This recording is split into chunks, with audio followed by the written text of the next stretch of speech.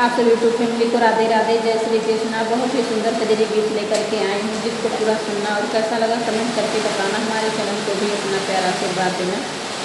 राधे राधे, जय श्री कृष्ण।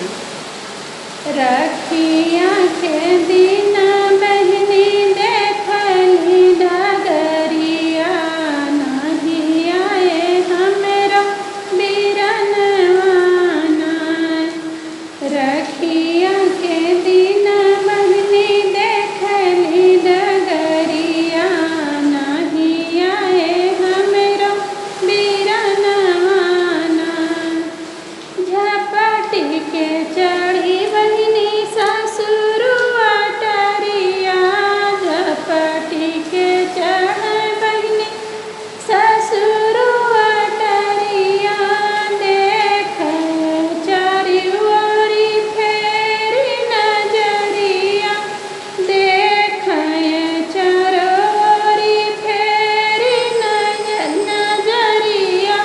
भूल गई का हमरी भौजैया, नहीं भेजी हमरा बीरनवाना। भूल गई का हमरी भौजैया, नहीं भेजी हमरा बीरनवाना। रखिया के दिना बहनी देखली डगरिया, नहीं आए हमरो बीरनवाना।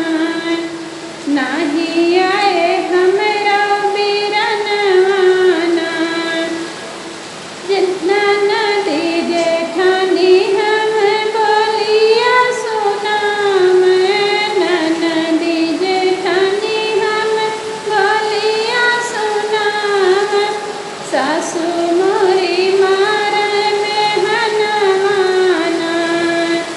रखिया के दिन बहनी देखली डगरिया, नहीं आए हमरो बीरनवाना। नहीं आवे हमरो बीरनवाना। आए बीरनवा दुआरवा पे ठाड़ गए, आए बीरनवा दुआरवा पे ठाड़ गए। लइके हाथे